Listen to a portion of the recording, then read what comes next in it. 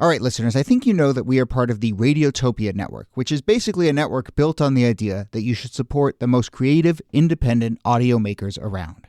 No one, and I mean no one, embodies the Radiotopia ethos more than Benjamin Walker and his show Theory of Everything. Benjamin, who I've known for a long time, has been making beautiful, personal, sprawling audio documentaries for decades that help us understand the very strange world we live in. And now he has a new series called Not All Propaganda is Art. The new series goes back to the 1950s, when Western security agencies like the CIA paid artists, writers, and intellectuals to fight the cultural Cold War. The CIA funds were free. I mean, no one was told what to say. Gloria Steinem, activist who sees the CIA as a sort of enlightened pal or rich uncle, there is another viewpoint. Look, if you're listening to this show, I know you like secret histories. I know you like a mix of culture and politics and shadowy figures. So what are you waiting for? Not All Propaganda is Art from Benjamin Walker. You can find it now wherever you listen or at theoryofeverythingpodcast.com. This episode is brought to you by Progressive, home of the Name Your Price tool. You say how much you want to pay for car insurance, and they'll show you coverage options that fit your budget. It's easy to start a quote. Visit Progressive.com to get started. Progressive Casualty Insurance Company and Affiliates. Price and coverage match limited by state law.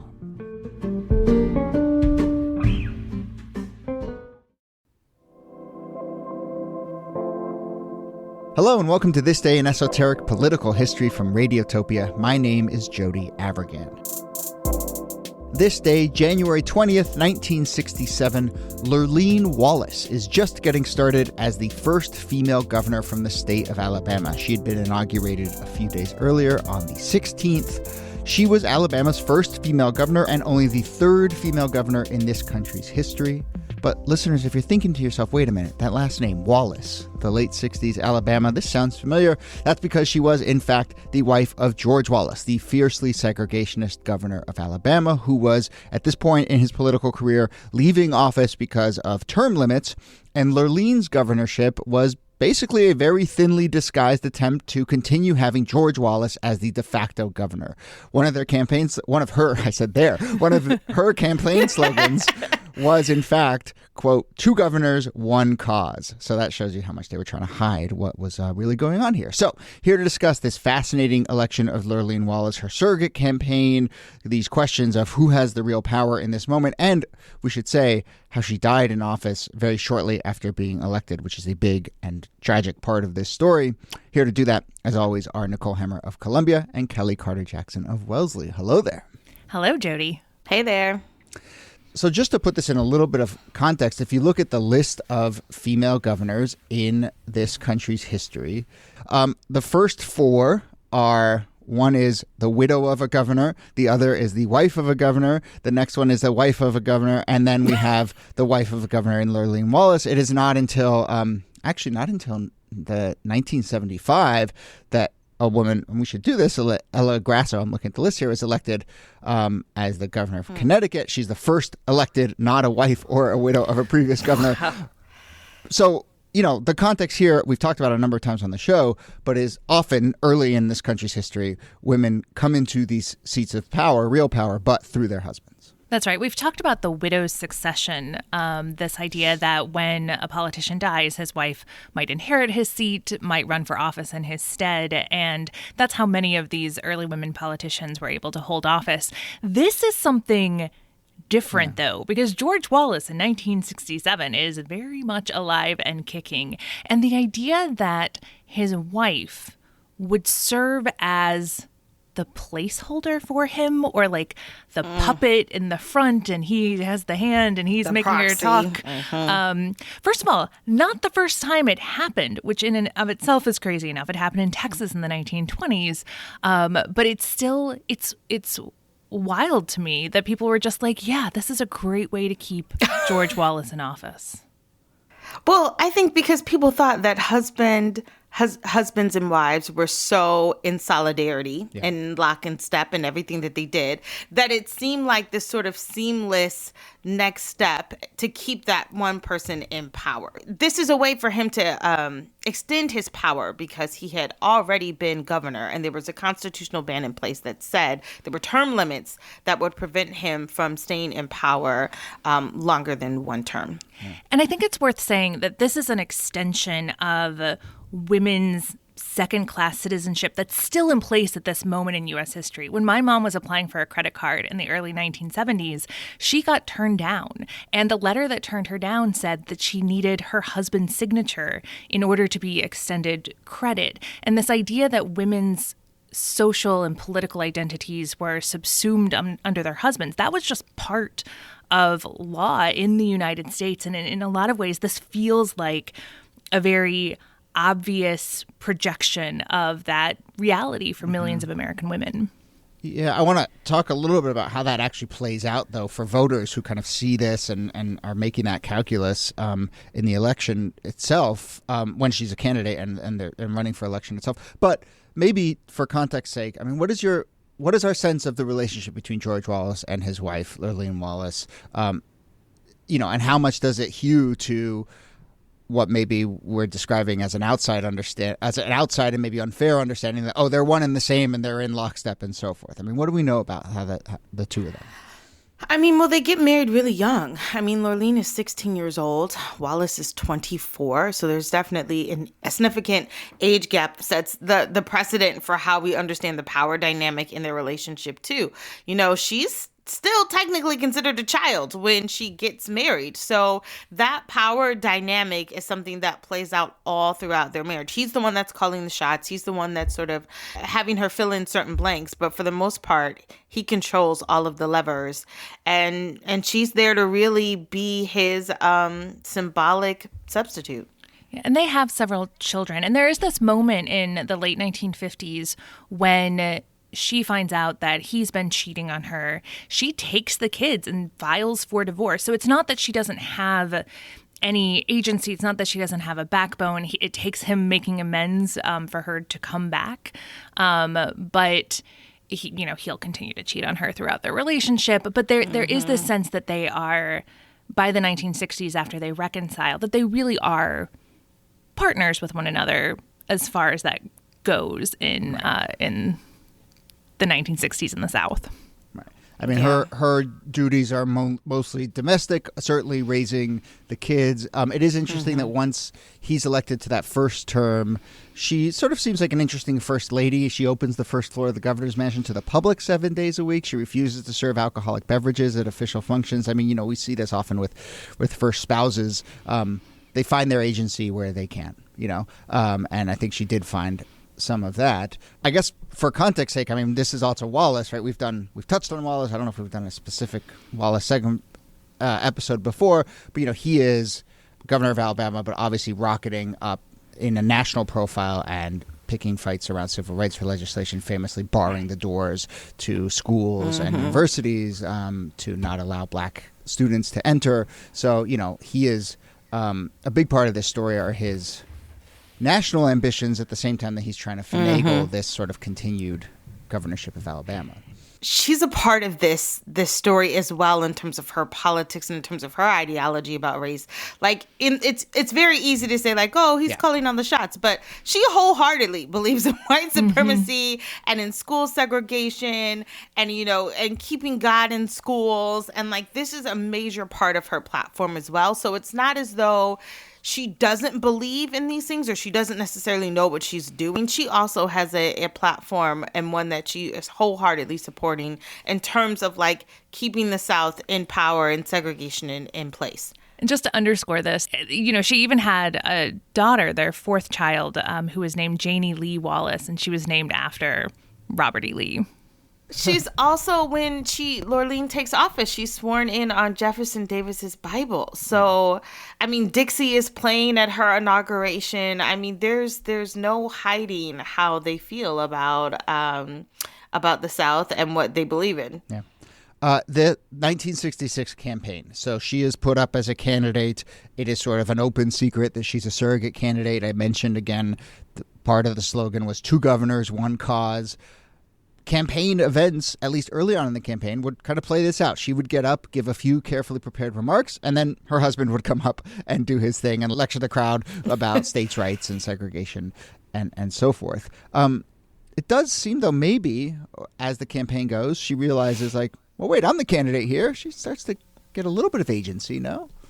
Yeah, she, has these moments throughout the campaign where she, as she gains that confidence, she starts to give her own speeches. It's clear that she both believes the same things that he does, but also has a political appeal of her own.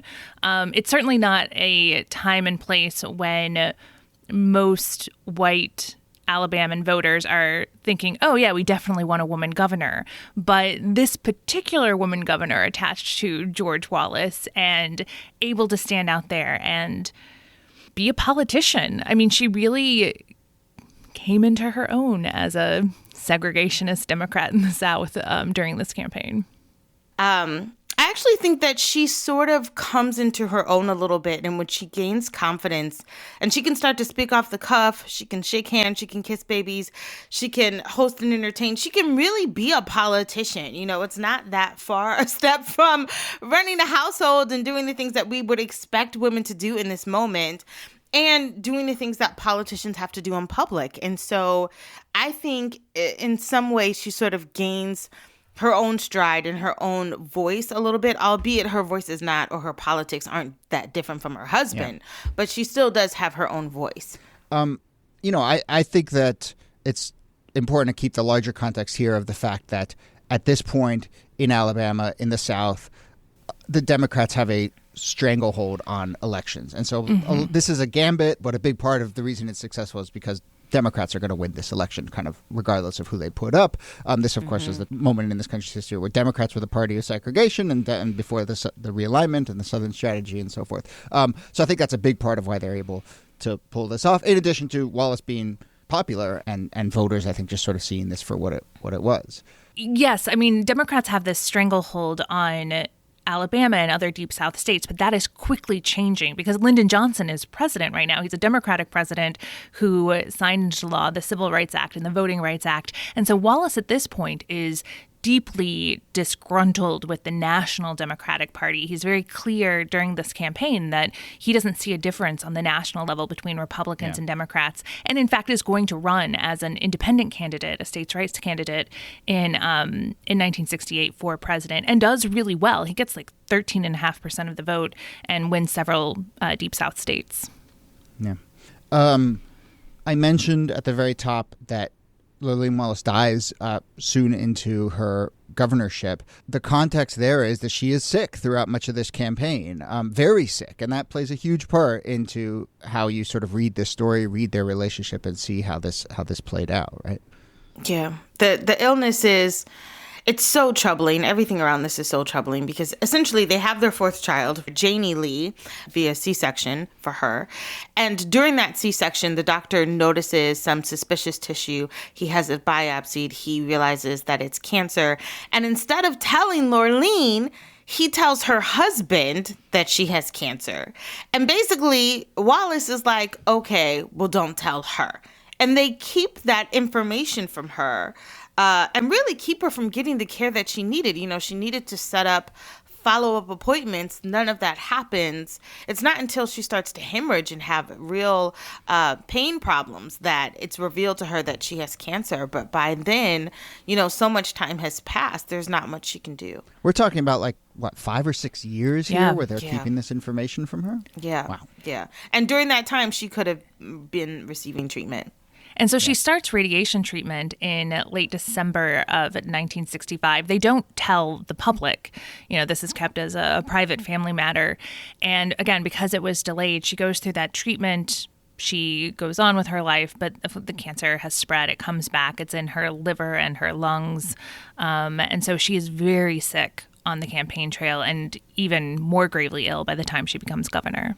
Just to lay out this timeline here, she's sick. This information is kept from her for 4 or 5 years. And then right at the moment that she starts to become really sick and is told that she has cancer, is it basically at the same moment, just shortly after that then they say, oh, and now you have to go run this surrogate campaign on behalf of your husband. Yeah, it's messed up on so many levels. So many levels. And it's such a snapshot of, again, like what we were talking about at the very beginning, that women don't have complete agency, that her medical decisions are made by her husband, that the medical information is traded between her doctor and her husband, and she's left out of it. And it sort of replicates on the personal and medical level what was happening on the political level. Yeah. She wins election, of course. She carries all but 2 counties in Alabama. She dies in May of 1968 at the age of 41. What do we know about her term in that 1 year that she was in office? I mean, first off, her husband had an office directly across from her. People reportedly would walk into the governor's mansion and refer to them as Governor Lurleen and Governor George. But nevertheless, what can we say about her term in office? Well, in her short term, she manages to stand up to segregation, especially school segregation. So this is in March of 1967 when a federal court basically says, hey, Alabama, you have to desegregate your public schools. And Lurleen gives a speech on TV in which she says she will seize control of all of the schools and have them come under police power to prevent this from happening. So again, the tragedy to me is that, like, even in her last days, she's still pushing this segregationist platform. And it's not just her husband that's doing it. She's at the helm of it.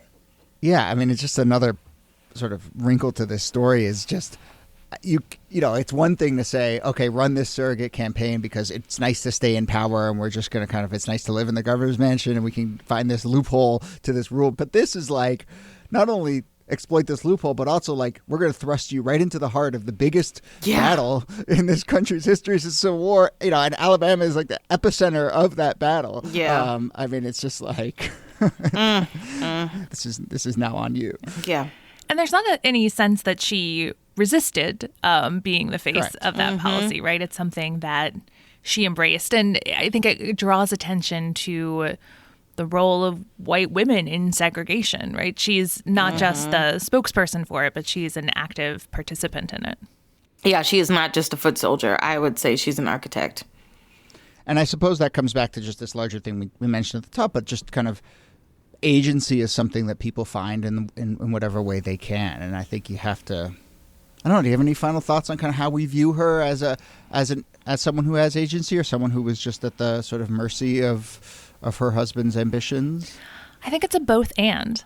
Yeah, she, I was going to say that too. That she both. Yeah, she is somebody who manages to gain some real power and she uses it. She adapts to it very quickly. You know, talking about her sort of evolving on the campaign trail, this is somebody who was not really given any kind of opportunity to be a politician in her own right before that moment, and she makes the most of it. And at the same time, she had to navigate, as women in the 1960s had to do, she had to navigate all of these restrictions on what was possible for her life, what information she had about her life. So her agency was stunted, but the agency that she had, she did quite a lot with. Yeah. I think if there's any sympathy to be had, it's for me, it's her illness and it's her husband robbing her of vital, potentially life-saving information. That for me is the real rub. But at the same time, you know, whether she lived longer or had the exact same life she did, she still stood by her choices and she still stood by her platform in terms of segregation. Yeah. In terms of legacy, it does seem like her battle with cancer is a really big part of that legacy. There are a number of hospitals that are named after her. The Lurleen Wallace Courage Crusade was spearheaded by her successor as governor, Albert Brewer. She actually also increased funding for state parks. There's a Lake Lurleen in Tuscaloosa County, Alabama, named in her memory. So if anyone's been to Lake Lurleen, let us know. But, you know, it does seem like her battle with cancer really is where a lot of the legacy lies. And we should also say that George Wallace ran for and won 3 more terms as Alabama's governor and does successfully get rid of that law that limits Alabama's governors to 1 consecutive term. And, of course, runs for president. Yeah. And so, yes, his path continues. All right. That brings us to the end of the episode. Nicole Hemmer, thanks to you as always. Thank you, Jody. And Kellie Carter-Jackson, thanks to you as always. My pleasure. Even now, a federal agency attempts to tell us the schools our children shall attend, to regulate the contents of their textbooks, who shall teach them, and with whom our children shall associate. This is an effort to gain control of the hearts and minds of our children. I resent it. As your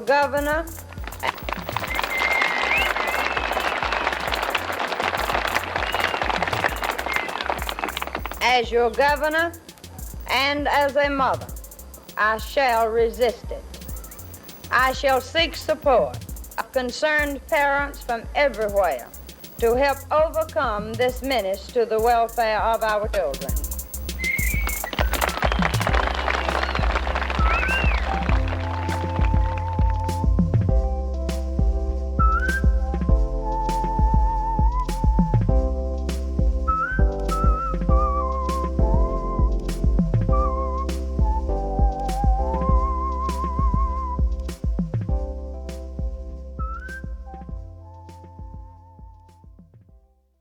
Support for This Day in Esoteric Political History comes from Odoo. What is Odoo? Well, Odoo is an all-in-one management software with apps for every business need. Odoo has apps for CRM, accounting, sales, HR, inventory, manufacturing, and everything in between.